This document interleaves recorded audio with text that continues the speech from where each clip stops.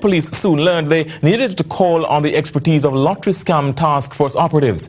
Damon Phillips has our report.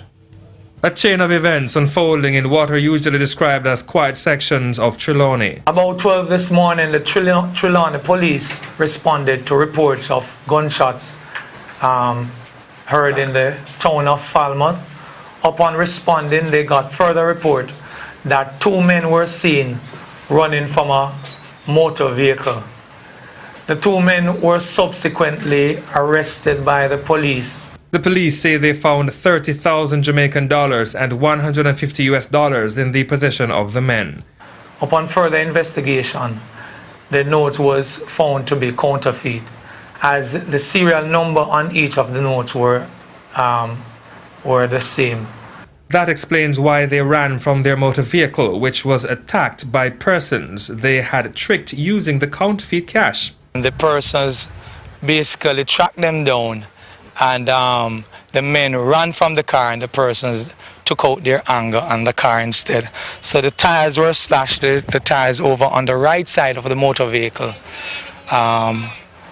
were slashed and so on. After they were arrested to confirm reports that the counterfeit notes were being circulated at several locations in the Saltmarsh area, a citizen walked into the guardroom of the Trelawney police station and handed over a counterfeit note bearing similarities, saying it was tendered at his bar. The police were soon to realize that the fraudulent activities of the men were even more sinister. Investigators are now looking into how many persons might have been fleeced by these persons who were involved in special illegal operations based on the devices found at the location they reside in Granville, St. James. The police subsequently obtained a warrant and went to the premises occupied by these young men. And during a search of the premises, the police recovered several devices used for writing information to credit card, blank cards used for credit card and debit card, as also some debit card, credit card readers. The men even tried their luck on the officers, seeking to convince them that some of the items confiscated were not what they appear to be. The young man, when he was asked about this, he said that he brought them down from the US for the children at his home.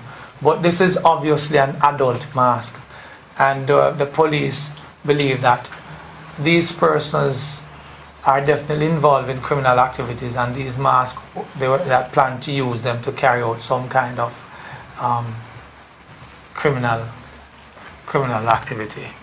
The lottery scam task force operatives are also examining what they consider to be the strange relocation of one of those arrested. He was found to be somebody who has lived in the United States for the past 15 years and has recently migrated back to Jamaica. We are still conducting investigations as it relates to his reason for being back in Jamaica.